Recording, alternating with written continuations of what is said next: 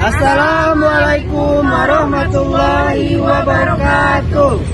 Kami dari kelompok 3 ingin mempresentasikan materi manajemen risiko yang ada di Bank BCA Syariah.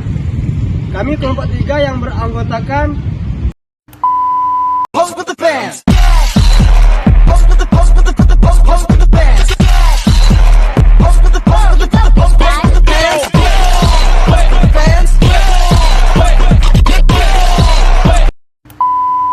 Baik, di sini kami akan memaparkan materi kami tentang manajemen risiko yang ada di Bank BCA Syariah.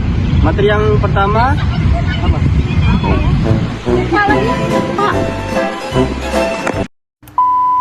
Apaan tuh?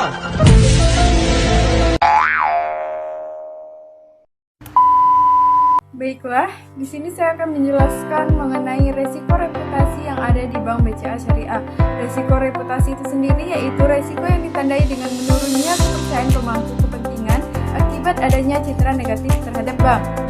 Oke, baik, di sini saya akan menjelaskan tentang risiko strategik yang ada di Bank BCA Syariah.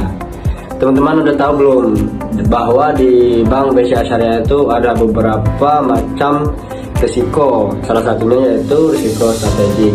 Jadi di sini saya akan menjelaskan tentang risiko strategik. Risiko ini yang timbul jika bank tidak cermat dalam mengambil keputusan atau gagal mengantisipasi perubahan bisnis.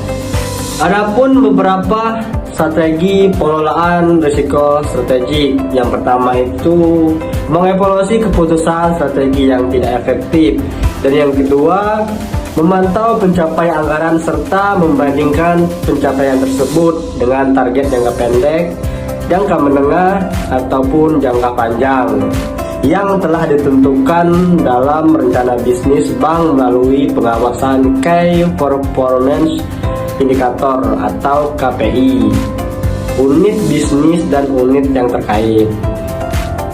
Yang terakhir itu ada mengkaji ulang target yang telah ditentukan dan menyesuaikan kembali dengan pertimbangan perubahan faktor eksternal. Baik, itulah strategi yang ada dalam pengelolaan risiko strategik. Sekian, terima kasih. Baik, di sini saya akan menjelaskan risiko kepatuhan yang ada pada Bank BCA Syariah. Risiko kepatuhan yaitu risiko yang timbul karena adanya ketidakpatuhan bank terhadap peraturan perundang-undangan yang berlaku serta prinsip syariah.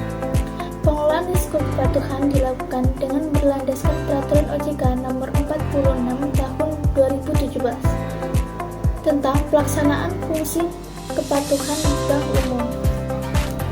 Adapun upaya yang dilakukan oleh Bank BCA Syariah yaitu yang pertama, memastikan seluruh jenjang organisasi melakukan aktivitas usahanya berpedoman pada peraturan perundang-undangan serta ketentuan bank dan lembaga keuangan pemerintah yang berlaku. Yang kedua, menggunakan program-program inti pencucian uang dan pencegahan pendanaan terorisme atau APU dan PPT untuk mencegah kemungkinan pencucian uang dan pendanaan terorisme melalui BCA Syariah.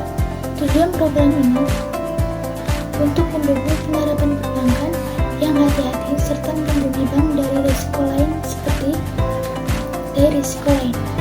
risiko hukum, reputasi, dan juga risiko operasional. Baiklah, di sini saya akan menjelaskan materi yang mengenai tentang risiko berhasil dan risiko investasi yang biasa disebut dengan risk return trade-off and investment risk. Memahami konsep trade-off risiko pengembalian sangat penting dalam setiap proses pengambilan keputusan investasi. Semakin tinggi potensi pengembalian terkait dengannya, semakin tinggi pula risiko yang terkait dengannya. Penting bagi investor untuk menilai toleransi risiko mereka dan membuat keputusan berdasarkan tujuan keuangan mereka.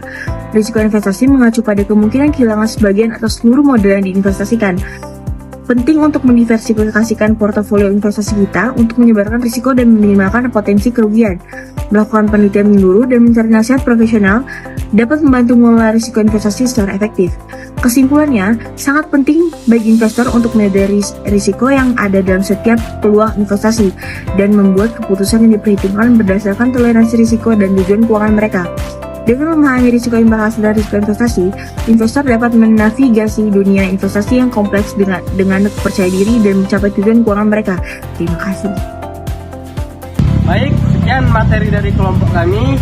Sebelum kami akhiri, saya boleh pamit dulu nggak sih? Boleh dong.